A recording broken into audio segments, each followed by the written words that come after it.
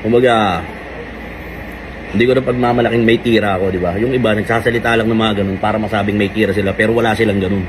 At hindi ko na kailangan magpakita ng pruweba para kanino. Dahil kilala ko, kilala nyo ko kung sino ako, kung paano ako. Hindi makakapag-ambag sa pagkatao ko yun dahil isa ako sa mga tao, hindi ko gustong pakainin yung ego ko. Malaman natin sa Cuadro de Alas kung ano meron o wala.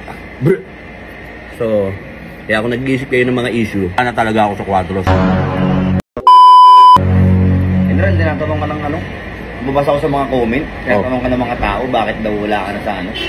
Saan? Wala ka na sa mga event nila, hindi ka na nakakasama sa mga picture. Sa Cuadro de Alas? Oo, sa Cuadro de Alas. Gusto nyo malaman? Wala na ako sa Cuadro de Alas? Yeah, what's out? Kamusta kayong lahat? So, ano nga ba talaga yung mga dahilan bakit hindi ako nakikita sa video? Mukhang wala na talaga ako sa Cuadros. Kaya itong mga nakaraan, yung bago magpasko last year, medyo busy rin ako sa personal na buhay ko dahil siyempre sa loob ng mga taon na lumipas, simula nung makilala ako bilang general, nagkandahati-hati na yung oras ko sa sarili ko, oras ko sa pamilya ko, oras ko sa mga anak ko. Siyempre meron akong minamanage na hanap buhay, tinututukan ko yun dahil siyempre halos lahat ng mga negosyo netong mga nakaraan is parang hindi ganun kagandahan yung benta. Kaya ako yung mismong nagbo-monitor, nagbabantay. Minsan nagdi-deliver pa ako ng mga paninda ko. So ayun yung mga tinutukan ko. Tapos may mga pinupuntahan pa akong mga events, kinukumplay ko yun. Tapos natataon lang na hindi ako nakakasama. Gaya nung Christmas party, busy lang ako nun. Meron akong appointment nung gabi na yun, pero nandun ako nung Christmas party. Hindi ako napicturean nung marketing. Siguro hindi nila ako nakita. Pero nandun kami. Mga nakita-kita kami niyan, nila Boss M, nila Tapos, syempre, sa kabila, ayan nga, nakilala na, nawalan ako ng oras sa nawalan ako ng oras sa anak ko. Konting oras na lang na mga nagkikita kami.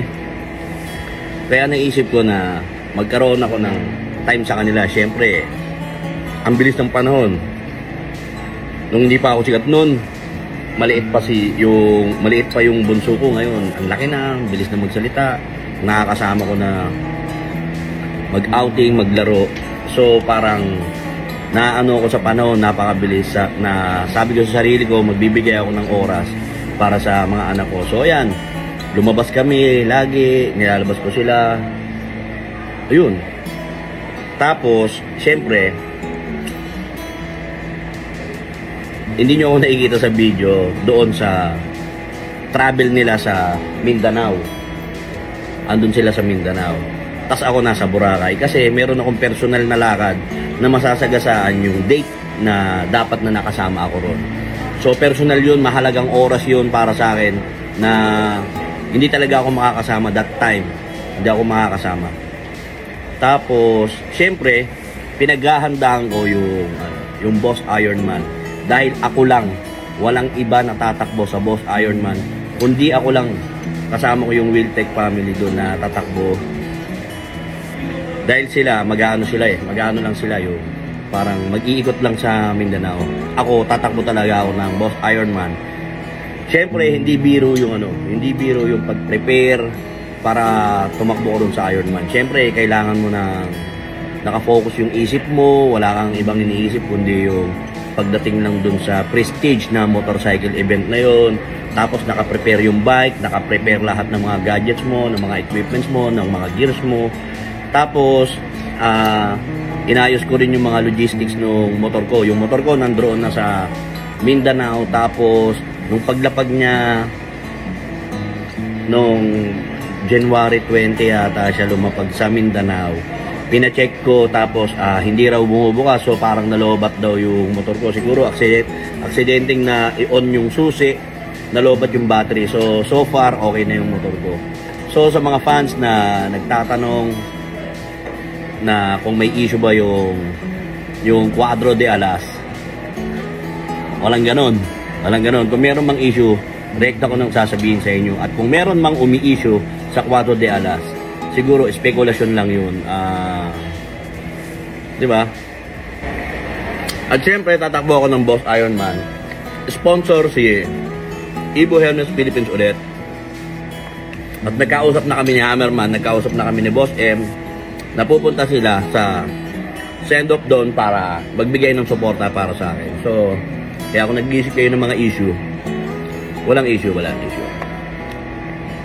Sadyang nagbigay lang ako ng oras para sa sarili ko. Dahil, siyempre, wala akong oras sa negativity. Gaya ng mga, yung may mga makikita kami, mga pasaring. Wala yun, hindi tayo tatablan ng mga ganun dahil hindi makakapag-ambag sa pagkatao ko yun dahil isa ako sa mga tao, hindi ko gustong pakainin yung ego ko dahil, di ba? Abang may ego ka, masyado kang maraming sasabihin, masyado kang magiging sa sarili mo. Di ba? Kumbaga, hindi ko na pagmamalaking may tira ako, di ba? Yung iba, nagsasalita lang ng mga ganun para masabing may tira sila, pero wala silang ganun. Kumbaga, lumaki ko na, natutunan ko na buntot ko, hila ko. Yun yung sinabi sa akin ng magulang ko, sinabi sa akin ng nanay ko, ng tatay ko, di ba? Cargo mo yung sarili mo. Siguro, hindi naman ako mararating dito sa kinalalagyan ko kung hindi ako naging ganun. At hindi ko na kailangan magpakita ng pruweba para kanino. Dahil kilala ko. Kilala nyo ko kung sino ako, kung paano ako.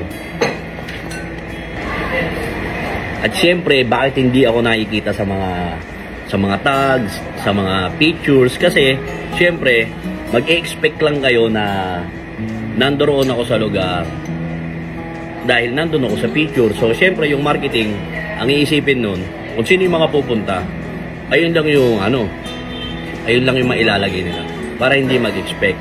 So, nag-post naman ako dun sa personal account ko, nag-share ako at alam ko, minamay day ko sa page natin yung tatakbo ko sa Ironman dahil ang kasama ko ron is si Jack Roberto, si Ian Lim, si Wiltec, yan, si Gab Valenciano, alam ko mga tatakbo yan.